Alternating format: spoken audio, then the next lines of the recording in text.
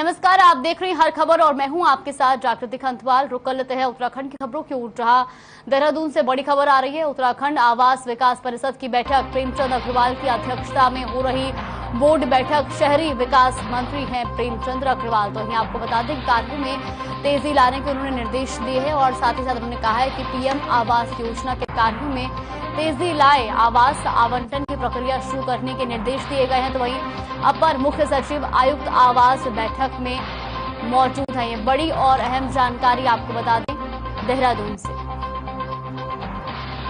उत्तराखंड आवास विकास परिषद की बैठक का आयोजन किया गया है। बैठक प्रेमचंद अग्रवाल की अध्यक्षता में की जा रही है। तो वहीं आपको बता दें कि शहरी विकास मंत्री प्रेमचंद अग्रवाल बैठक की अध्यक्षता कर रहे हैं और उन्होंने कार्यों में तेजी लाने के निर्देश दिए हैं। साथ ही साथ उन्होंने कहा है कि पीएम आवास योजना के कार्यों में तेजी लाई जाए। तो वहीं आवास आवंटन की प्रक्रिया शुरू करने के भी उन्होंने दिशा निर्देश दिए हैं। और आपको बता दें कि अपर मुख्य सचिव और आयुक्त आवास बैठक में मौजूद है। ये बड़ी और अहम खबर देहरादून से। उत्तराखंड आवास विकास परिषद की बैठक का आयोजन प्रेमचंद अग्रवाल की अध्यक्षता में हो रही बोर्ड की बैठक। शहरी विकास मंत्री प्रेमचंद अग्रवाल ने आवास आवंटन की प्रक्रिया शुरू करने के दिए निर्देश। अपर मुख्य सचिव आयुक्त आवास बैठक में मौजूद, ये बड़ी और अहम जानकारी।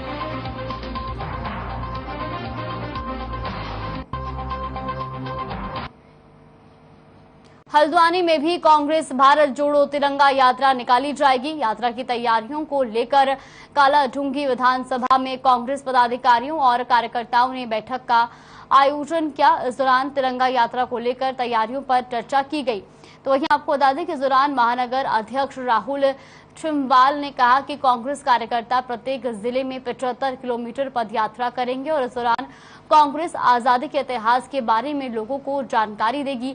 साथ ही महंगाई, भ्रष्टाचार और भर्तियों को लेकर बीजेपी को घेरेगी। तो वहीं उत्तराखंड में इस यात्रा के संयोजक हेमंत बगड़वाल ने कहा कि यात्रा के दौरान प्रदेश स्तर के सभी बड़े नेता गांव कस्बों में रात्रि प्रवास भी करेंगे। 9 अगस्त से 15 अगस्त तक भारत जोड़ो तिरंगा यात्रा निकाली जाएगी।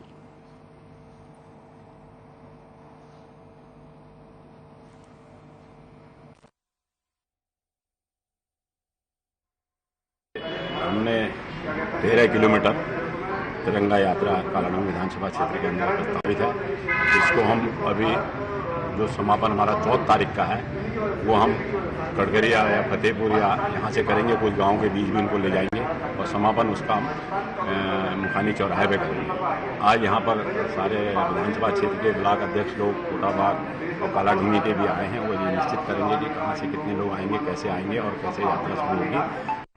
देखिए, बिल्कुल शुभारंभ होने जा रहा है और बहुत अच्छे तरीके से हम इसको पूरे तरीके से सफल भी बनाएंगे इस कार्यक्रम को। देखिए, जब हमारे देश में ब्रिटिश हुकूमत थी तो गांधी जी ने एक नारा दिया था, भारत छोड़ो। वो इसलिए कि हमारे देश में ब्रिटिश हुकूमत है अंग्रेजों को भगाने के लिए।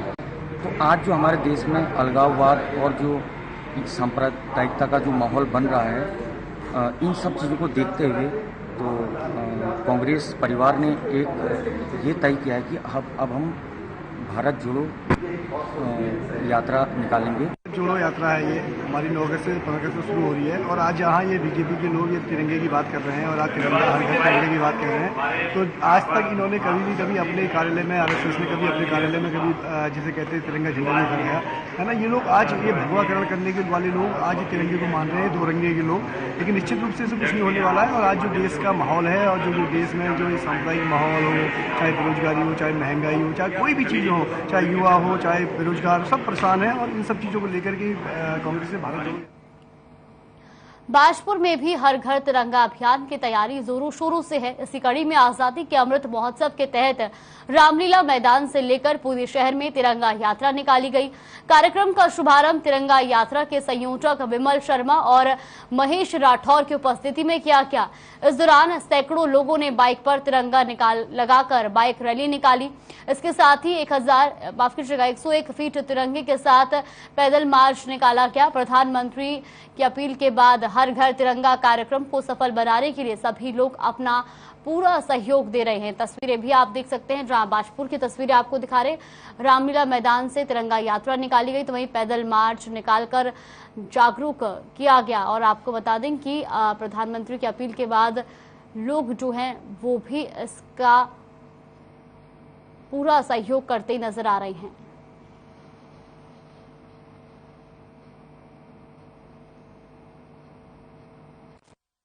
हमारे मन में बड़ा उत्साह का विषय है और हमने सभी पार्टी के अलावा और भी संगठन के लोगों से आह्वान किया।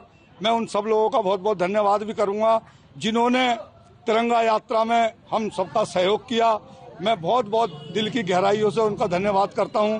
हमारे देश के प्रधानमंत्री जी द्वारा जो एक मिशन चलाया हुआ है कि हर घर तिरंगा, तो हमने ये लक्ष्य को पूरा करना है, त्योहार के रूप में मनाना है और सभी लोगों के माध्यम से और सभी लोगों के सहयोग से इस तिरंगा यात्रा को हमने सफल बनाया है। आप सभी के लोग आजादी के अमृत महोत्सव के तहत टिहरी की नगर पालिका परिषद मुनि की रेती में हर घर तिरंगा अभियान को सफल बनाने में जुट गई है। अभियान को लेकर नगर पालिका अध्यक्ष ने प्रचार के वाहन को हरी झंडी दिखाकर रवाना किया। पहले चरण में 3000 लोगों को नगर पालिका तिरंगा उपलब्ध कराया। साथ ही कैबिनेट मंत्री सुबोध उनियाल ने भी एक मीटिंग कर सभी पदाधिकारियों को सख्त निर्देश दिए। हर घर पर देश का झंडा जरूर होना चाहिए। तो ऋषिकेश से खबर आपको बता रहे हैं, जहां पर हर घर तिरंगा अभियान के तहत लोगों को जागरूक किया गया। तो वहीं आजादी के अमृत महोत्सव के तहत टिहरी की नगर पालिका परिषद मुनि की रेती में हर घर तिरंगा अभियान को सफल बनाने में जुट गई है। अभियान को लेकर नगर पालिका अध्यक्ष ने प्रचार के वाहन को हरी झंडी दिखाकर रवाना किया। और आपको बता दें कि पहले चरण में 3000 लोगों को नगर पालिका तिरंगा उपलब्ध कराएगा। साथ ही कैबिनेट मंत्री सुबोध उनियाल ने भी मीटिंग कर सभी पदाधिकारियों को सख्त निर्देश दिए और हर घर पर देश का झंडा जरूर होना चाहिए, ऐसा उन्होंने कहा। तो आजादी के अमृत महोत्सव के तहत टिहरी की नगर पालिका परिषद मुनि की रेती में हर घर तिरंगा अभियान को सफल बनाने में जुट गई है। हर घर तिरंगा लगाया जाएगा और ऐसे में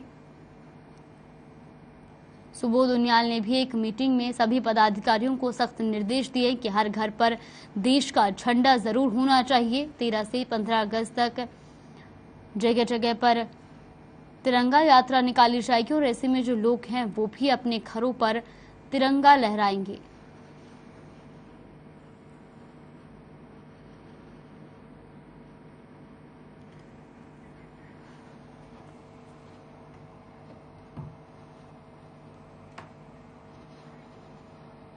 बरसात शुरू होने के बाद पहाड़ी क्षेत्रों में बारिश जमकर कहर बरपा रही है।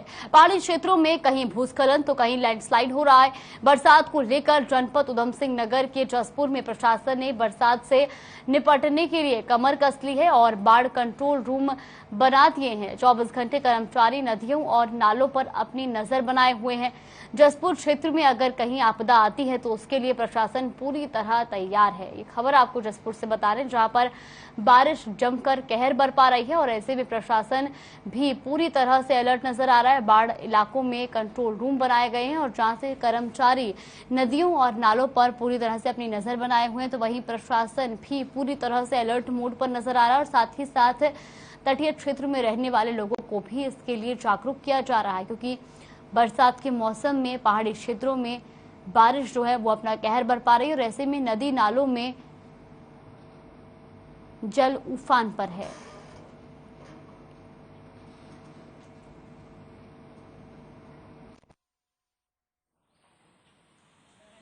मीटिंग का जो यहाँ पे हमारा एक मुख्य प्रशासन के साथ में जो मीटिंग थी पूर्व सैनिकों की, वो आपदा को लेकर के थी, क्योंकि ये जिला अधिकारी जी ने जो है यहाँ जो हमारे मैडम हैं जिलाधिकारी को आदेश दिया था कि आप पूर्व सैनिकों के साथ एक मीटिंग करो आपदा के बारे में, क्योंकि जो पूर्व सैनिक है इन्होंने अपने देश में बहुत आपदा में जो है देश की सेवा और जनता की सेवा की। राज्य में आपदा का अलर्ट है, तो इस कारण से हम लोगों ने एक मीटिंग ली थी कि जिसमें कि जो हमारे तहसील में IRT का गठन किया गया था उन लोगों की मीटिंग थी, और साथ ही वॉलंटियर के रूप में जो एक्स आर्मी पर्सन है उन लोगों को भी बुलाया गया था। तो अभी वही मीटिंग चल रही थी। IRT में जो हमारे अधिकारीगण हैं उनका क्या रोल है, वॉलंटियर क्या क्या काम करेंगे, और जो एक्स आर्मी के पर्सन हैं वो अपने अपने अनुभव यहाँ पर राजकीय स्नातकोत्तर महाविद्यालय गोपेश्वर में श्रीदेव सुमन विश्वविद्यालय द्वारा स्नातक एवं स्नातकोत्तर कक्षाओं के घोषित परिणामों में अनियमितता को लेकर अखिल भारतीय विद्यार्थी परिषद ने विरोध प्रदर्शन किया। छात्र छात्राओं ने बताया कि लगभग 90% छात्र छात्राएं फेल हुए हैं और ये विश्वविद्यालय प्रशासन की बड़ी कमी है। प्रदर्शन कर रहे छात्रों ने जल्द से जल्द पुनः मूल्यांकन करने हेतु मांग की है, जिस पर विश्वविद्यालय प्रशासन द्वारा 7 दिन के अंदर समस्त परिणामों को सही करने के लिए लिखित आश्वासन दिया है। प्रदर्शन कर रहे छात्रों ने कहा कि अगर जल्द से जल्द घोषित परिणामों को सही नहीं किया गया तो वो उग्र आंदोलन करने के लिए बाध्य होंगे।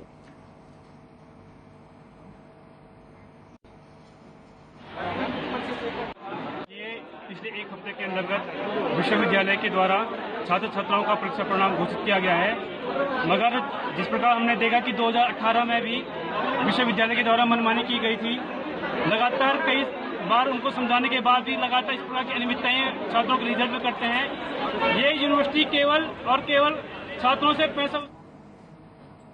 हल्द्वानी में नर्सिंग अधिकारी के 2621 पदों पर भर्ती की मांग को लेकर एलिंग वेलफेयर नर्सेज फाउंडेशन का धरना दूसरे दिन भी जारी रहा। इस मामले में एसोसिएशन के पदाधिकारियों ने 5 दिन के भीतर मामले में ठोस कार्रवाई नहीं होने पर भूख हड़ताल की चेतावनी दी। बुध पार्क में धरने पर बैठे एसोसिएशन के प्रदेश अध्यक्ष बबलू ने कहा कि 12 दिसंबर 2020 को सरकार ने नर्सिंग अधिकारी के 2621 पदों पर भर्ती निकाली, लेकिन 2 साल बाद भी मामले में अभी तक कोई ठोस कार्रवाई नहीं की है। इससे स्टाफ नर्सों में रोष देखने को मिला है। तो हल्द्वानी से ये खबर आपको बता रहे हैं, जहां 2621 पदों पर भर्ती खाली, तो वहीं एलिंग वेलफेयर नर्सेज फाउंडेशन का प्रदर्शन देखने को मिला है। और ऐसे में आपको बता दें कि बुध पार्क में धरने पर बैठे एसोसिएशन के प्रदेश अध्यक्ष बबलू ने कहा कि 12 दिसंबर 2020 को सरकार ने नर्सिंग अधिकारी के 2621 पदों पर भर्ती निकाली, लेकिन 2 साल बाद भी मामले में अभी तक कोई ठोस कार्रवाई नहीं की है। इससे स्टाफ नर्सों में रोष देखने को मिला है।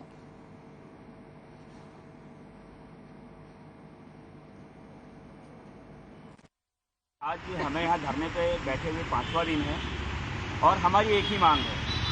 जो 12 दिसंबर 2020 2 साल पहले जो नर्सिंग की भर्ती निकली थी वो आज तक लंबित पड़ी हुई है। सरकार के कान में जूं तक नहीं रही है। सरकार इस भर्ती को, मुझे नहीं लगता कि सरकार इस भर्ती को करना चाह रही है। ये टॉपिक इतना नया नहीं है, इसे डिटेल में बताने की जरूरत नहीं है। ये पिछले 2 सालों से लंबा खिंचता हुआ आ रहा है। जो हमारी विज्ञप्ति पिछले 2 साल पहले निकली थी वो अभी तक पूरी नहीं हुई है। उसको इतना ज़्यादा विलम्ब हो रहा है, लेकिन उसका अभी तक हमें कोई भी रीज़न पता नहीं चला है कि वो विलम्ब क्यों हो रहा है। कितने बच्चे यहाँ ऐसे हैं जिनके माँ बापों ने उन्हें, मेरे खुद के मम्मी पापा ने हमें लोन लेके हमारे कोर्स कराए हैं।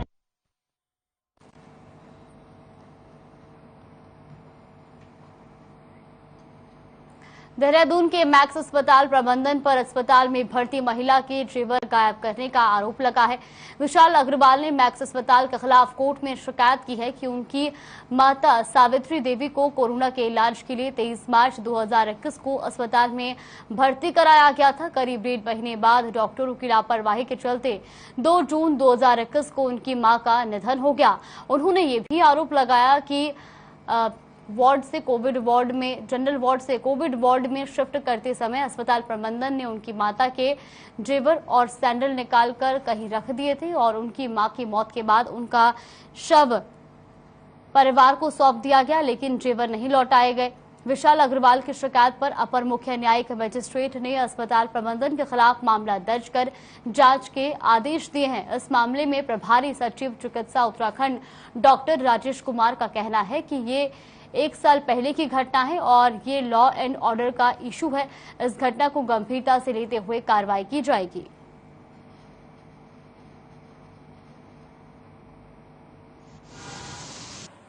देखिए, इशू जैसा कि बताया गया है, ये जून 2021 की घटना है और ये प्राइमा फेसी एक लॉ एंड ऑर्डर का इशू है। और इसमें जो मैक्स हॉस्पिटल में घटना घटित होने की बात हो रही है, जिसमें पेशेंट के डेथ होने के बाद ज्वेलरी इत्यादि जो है सामान खोने की बात सामने आ रही है। बेटी बचाओ बेटी पढ़ाओ के नारे को साकार करने के लिए सरकार करोड़ों रुपए खर्च कर रही है। बेटियों की शिक्षा में कोई बाधा ना हो, इसलिए बेहतर शिक्षा के लिए कई योजनाएं भी संचालित की जा रही है। वहीं दूसरी तरफ उत्तराखंड में राजकीय विद्यालय की प्रधानाचार्य ने हाई स्कूल पास की हुई 4 बेटियों का भविष्य अंधकार में डुबा दिया है। मामला मंगलौर के राजकीय कन्या उच्चतम माध्यम विद्यालय का है। आरोप है कि विद्यालय की प्रधानाचार्य ने कई छात्रों की टीसी में लाल पेन से मार्क कर दिया है, जिसमें छात्रों के आचरण को दर्शाया गया है। प्रधानाचार्य ने छात्राओं के आचरण को निराशाजनक प्रस्तुत किया है, जिससे छात्राओं को आगे की पढ़ाई के लिए किसी भी स्कूल में एडमिशन नहीं मिल पा रहा है। ऐसी स्थिति में छात्राओं का भविष्य अधर में लटक गया है। बच्चों के टीसी में लाल पेन से मार्क किए गए आचरण को देखकर अभिभावक भी काफी परेशान हैं और इस मामले पर खंड शिक्षा अधिकारी का कहना है कि अगर छात्राओं से किसी भी तरह की कोई गलती हुई थी तो उनके अभिभावकों को सूचित करना था। इस तरह से टीसी पर रेड पेन से लिखना बहुत दुर्भाग्यपूर्ण है और मामले की जांच की जा रही है।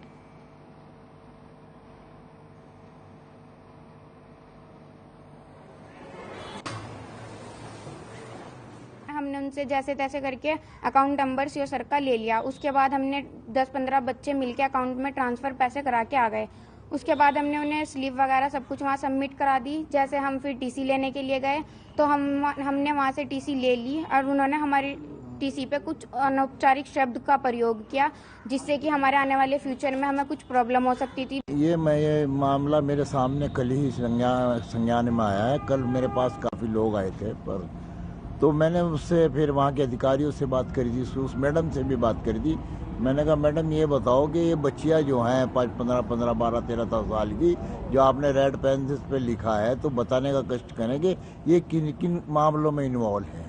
ये प्रकरण जो है परसों जो है 4 बालिकाएं मेरे यहाँ कार्यालय में आई थी मेरे पे। उन्होंने बोला, उन्हें टीसियाँ दिखाई थी कि संबंधित प्रधानाध्यापिका राजकीय उच्चतर माध्यमिक विद्यालय मानक चौक द्वारा उनके चरित्र में कुछ रेड पेन से अंकित किया गया है, जिस पर उनको विरोध था कि ऐसा नहीं। रुड़की की गंगनहर कोतवाली क्षेत्र के सलियर गांव में एक शख्स बाइक पर स्टंट करता हुआ दिखाई दिया, जिसका वीडियो सोशल मीडिया पर वायरल हो रहा है। वहीं आपको बता दें कि वीडियो में साफ दिखाई दे रहा है कि बाइक स्टंटमेंट के इशारों पर चल रही है और वही बाइक सवार शख्स तेज गति से चल रही बाइक को युवक अपने इशारों पर चलाता हुआ दिखाई दे रहा है। अब देखना ये होगा कि पुलिस इस युवक के खिलाफ क्या कार्रवाई करती है। तो ये तस्वीरें भी आप देख सकते हैं, रुड़की की तस्वीरें आपको दिखा रहे हैं, जहां पर एक युवक जो है वो बाइक में स्टंट करता हुआ नजर आ रहा है। तो वहीं ये वीडियो सोशल मीडिया पर जमकर वायरल हो रहा है।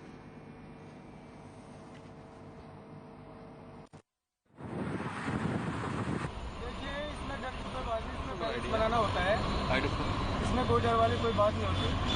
हाँ, लेकिन मैं सबसे कहना चाहता हूँ कि हर एक आदमी हेल्प कॉपी ना करे, क्योंकि ये जान के लिए खतरा हो सकता है। इसको पहले सीखने के लिए बहुत प्रैक्टिस करनी पड़ती है, बहुत समय लगता है। तो मैं संदेश देना चाहता हूँ कि इसको हर कोई मेरे स्टाइल को कोई कॉपी ना करे। ऋषिकेश के मुनिकीरेती थाना क्षेत्र के अंतर्गत दयानंद घाट पर गंगा जल लेने गए एक युवक का पैर फिसलने से गंगा में बह गया। घाट पर मौजूद कुछ तैराक लोगों ने नजारा देखा तो खुद की जान की परवाह किए बगैर युवक को बचाने के लिए गंगा में छलांग लगा दी, लेकिन बहाव ज्यादा होने की वजह से युवक तक लोग नहीं पहुंच पाए। लोगों की सूचना पर मौके पर पहुंची पुलिस और एसडीआरएफ की टीम ने घटनास्थल का जायजा लेकर युवक की तलाश शुरू कर दी है।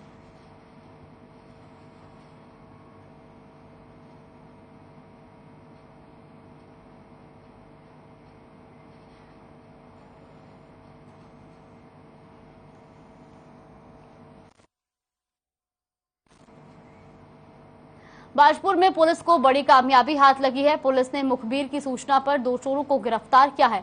पुलिस ने दोनों चोरों को गिरफ्तार कर इनके खिलाफ कई धाराओं में केस दर्ज कर लिया है। चोरों के पास से एक स्विफ्ट डिजायर 2 टायर जैक बरामद हुए हैं। पकड़े गए आरोपियों ने अपना नाम गुरप्रीत सिंह उर्फ गोपी और अर्शदीप सिंह बताया है। चोरों ने खुद कबूला है कि वो गाड़ी का शीशा तोड़कर बैटरी चोरी करते थे। पुलिस फिलहाल मामले में आगे की कार्रवाई कर रही है। तो बाजपुर से खबर आपको बता रहे, जहां पर पुलिस के हत्थे 2 चोर पकड़े गए हैं और आपको बता दें कि ये चोर जो है वो कार का शीशा तोड़कर कार से बैटरी और कार के पार्ट्स चोरी कर आगे बेचा करते थे।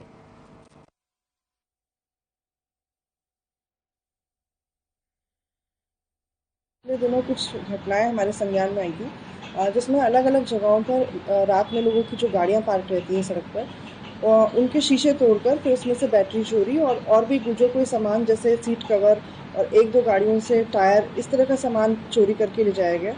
इस पर हमारे थाने में इसमें 4 मुकदमे पंजीकृत किए गए और उसके बाद थाने से एक टीम हमने इसमें गठित की। थाने की टीम में इसमें सुराग बतारसी करते हुए और CCTV फुटेज का अवलोकन किया। इसमें हमारी पहचान में 2 लोग इसमें संदिग्धों की पहचान हुई। इन पर हमने फिर इन संदिग्धों को हमने ट्रेस करने का काम किया। उसके आधार पर हमने 2 व्यक्ति, एक अर्शदीप और दूसरा ये गोपी, इन दोनों को इसमें। प्रदेश सरकार एक तरफ शिक्षा के प्रचार प्रसार की बात कर रही है तो वहीं दूसरी तरफ एक प्रधानाचार्य न्याय के लिए गुहार लगा रहा है। प्रधानाचार्य अरविंद नेगी ने इंटर कॉलेज ढमकेश्वर विकासखंड खिरसू स्कूल प्रबंधन पर उनको गलत तरीके से निलंबित करने का आरोप लगाया है। प्रधानाचार्य का कहना है कि स्कूल में कई शिक्षकों को फर्जी तरीके से नियुक्त किया गया था। प्रधानाचार्य अरविंद नेगी ने कहा कि सूचना के अधिकार उन शिक्षकों के बारे में सूचना मांगी गई थी जिसको उन्होंने उपलब्ध करा दिया था। साथ ही विद्यालय में कार्यरत सहायक अध्यापक विज्ञान जगमोहन रावत, जो कि अशासकीय विद्यालय माध्यमिक शिक्षा संघ के प्रदेश महामंत्री भी हैं, कि फर्जी नियुक्ति से संबंधित पत्रावली भी सूचना के अधिकार में उपलब्ध करा दी थी।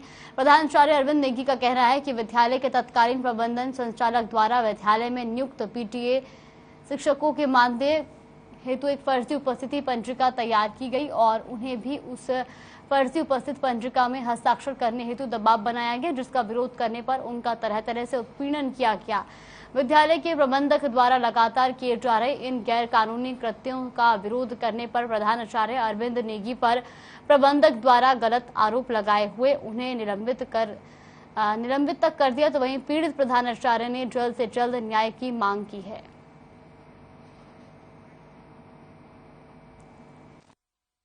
ढमकेश्वर प्रधानाचार्य के पद पर हूँ। मेरा निलंबन किया है प्रबंध समिति ने। न्यायालय के निर्णय के विरुद्ध प्रबंध समिति का गठन किया गया है। शिकायत लगभग 1 वर्ष से अधिकारियों के संज्ञान में है। जांच विगतिमान है। अवैध ढंग से जो गठित प्रबंध समिति है ये कैसे काम कर रही है, ये मैं अच्छी तरह से जानता हूँ कि प्रबंध समिति का न तो रजिस्ट्रेशन का नवीनीकरण हुआ है। प्रबंध समिति लगातार प्रधानाचार्य और अन्य कर्मियों का देहरादून में भूमाफियाओं का खेल देखने को मिल रहा है और MDDA के साथ जिला प्रशासन भी भूमाफियाओं के साथ खड़ा नजर आ रहा है। आपको बता दें कि देहरादून के न्यू राजपुर रोड पर पहाड़ काटकर एक अवैध होटल का निर्माण किया जा रहा था, जिसे MDDA द्वारा सील कर दिया गया था।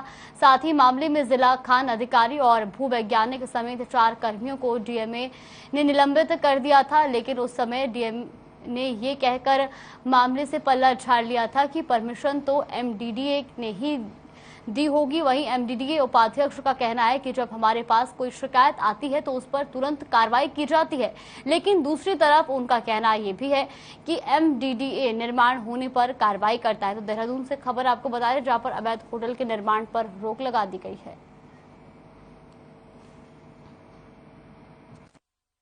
ये MDDA के द्वारा डिमोलिशन की कार्रवाई हो रही है और अब इसमें क्या परमिशंस दी गई थी और उसके चलते क्या किया गया है, इस पे अभी हमारी टीम भी देख रही है इसको और MDDA की भी टीम देख रही है और जो भी नियमानुसार होगा। खबर उत्तराखंड में फिलहाल के लिए बस इतना ही। आप देखते रहिए हर खबर।